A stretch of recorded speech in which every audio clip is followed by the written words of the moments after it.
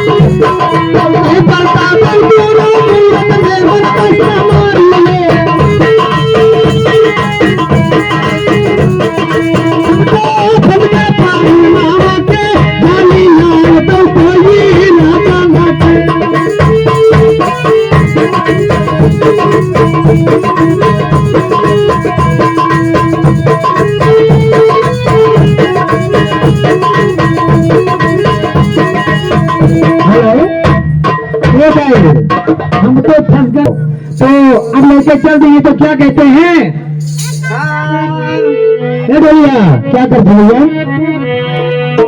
मोने काहे जाना का बोल होते चलो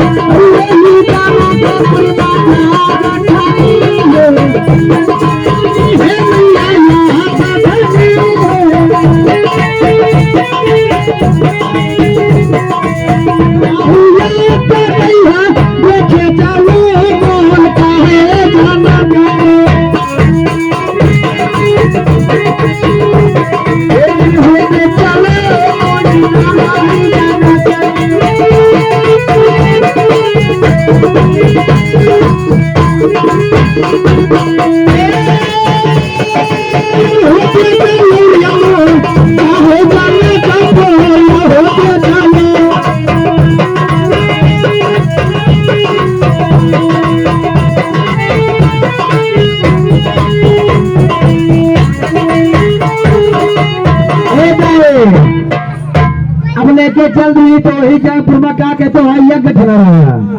तो विश्वामित्र जी राम लक्ष्मण से कहते कि बेटा ऐसे चलो यज्ञ का देखे चला जाए।